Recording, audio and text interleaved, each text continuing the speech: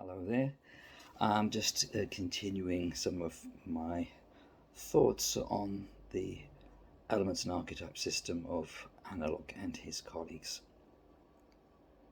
Uh, we've been doing some discussion about this. The people I meet up with on Zoom every week about this, and it is interesting because you see from the pattern of the archetypes around the wheel and then to relationships that this forms a whole.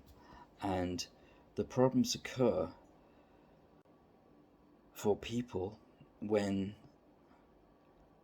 the energies fall out of relationship, and most crucially probably where the vertical and horizontal axes fall out of relationship. That's the masculine axis of magician and jester, and the feminine axis of Mother Nature and Enchantress.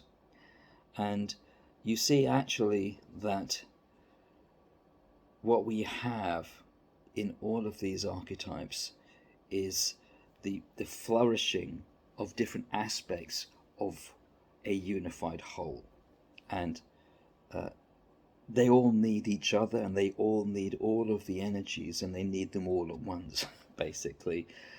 So it's a whole.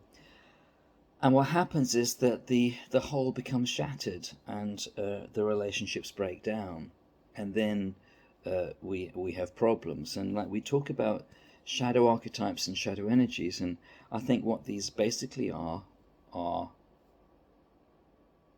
separation from the source, separation from the wholeness. Yes. Because obviously people associate things like source with words like God, which have become very, very conditioned, and if that's your thing, well, you go with that. But the thing is that we can talk about the whole, and the whole works for for some of the rest of us. So the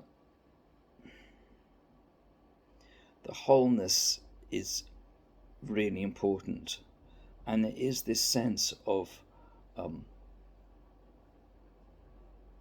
this almost Edenic wholeness, if you see what I mean, to use some of the poetry of our culture.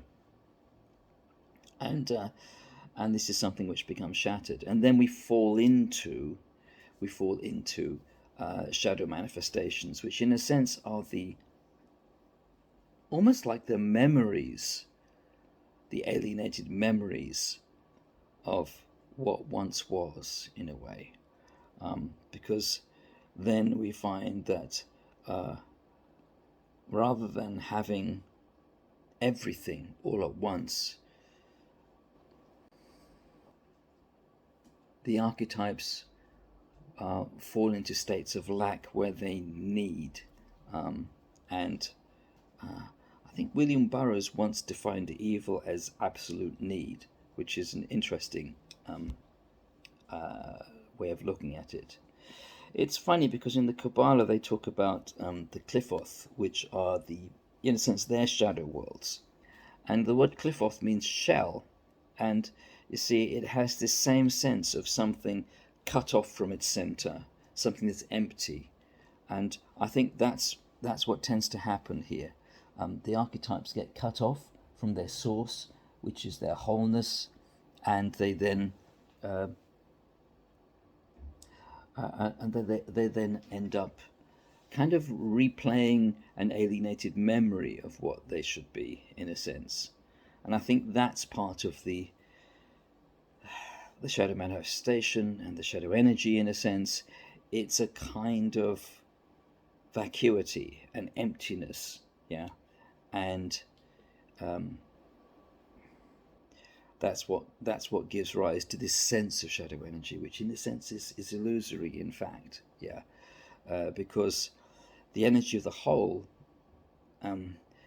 has an enormous power, yeah, and yet so much of what we have to deal with in life absolutely involves this mixture of shadow and source, if you like. So it is a real thing to understand the nature of shadow, and understand the nature of manifestation and understand the nature of emptiness, to understand these things and accept them for what they are, but to also understand the work of becoming whole, the work of remembering wholeness and the whole, which is what we truly need to do, because that is what gives us fulfillment, and it's what affirms love and life and the evolution of our consciousness.